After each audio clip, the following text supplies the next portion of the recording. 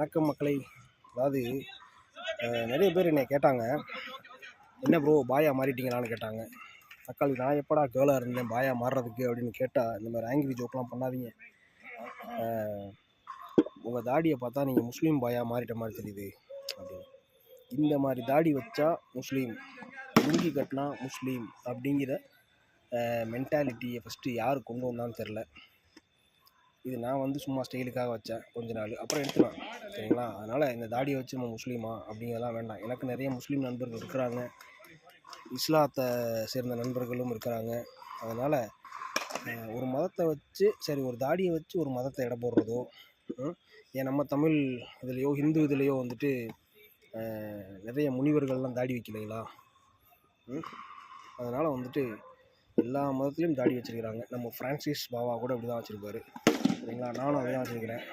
பல ஹிந்து சமுதாயத்தை சேர்ந்தவங்களும் அப்படி தான் வச்சுருக்கிறாங்க. அதனால் வேதிலா பவான்ஸ் தயவு செஞ்சு உங்களோட தாட் ப்ராசஸை கொஞ்சம் மாற்றுங்க. தாடி வச்சா முஸ்லீம், தாடி எடுத்தால் ஹிந்து, பொட்டு வச்சா முஸ்லீம், பொட்டு வைக்கலைன்னா வேறு மதத்தை சேர்ந்தவங்க. நம்ம மதத்தை ஃபஸ்ட்டு இந்த மாதிரி இதை காட்டி சிம்பிள்ஸை காட்டி இழிவுபடுத்துறதை நிறுத்துங்க. அதெல்லாம் வேண்டாம். என்னடா கருத்தூசி போடுறியா அப்படின்னு கேட்காதீங்க. கருத்தூசி போடல, எனக்கு கடுப்பாக இருந்துச்சு இந்த மாதிரி சிந்தனைகள்லாம் கேட்கும்போது. அதனால் இதெல்லாம் வேண்டாம் சரிங்களா. அது நல்லதில்லை. சிந்தனைகளை கொஞ்சம் ப்ராடாக்குங்க. அப்படின்னா பெரிய மாதிரி பேசாத அப்படின்னுவீங்க.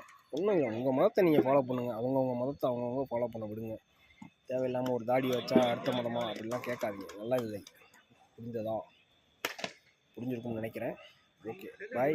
உங்களுடைய மத கோட்பாடுகளை பின்பற்றுங்க. மனைவி மக்களோட குடும்பத்தோடு சந்தோஷமாக வாழுங்க சரிங்களா. அதுக்கு தான். Thank you bye.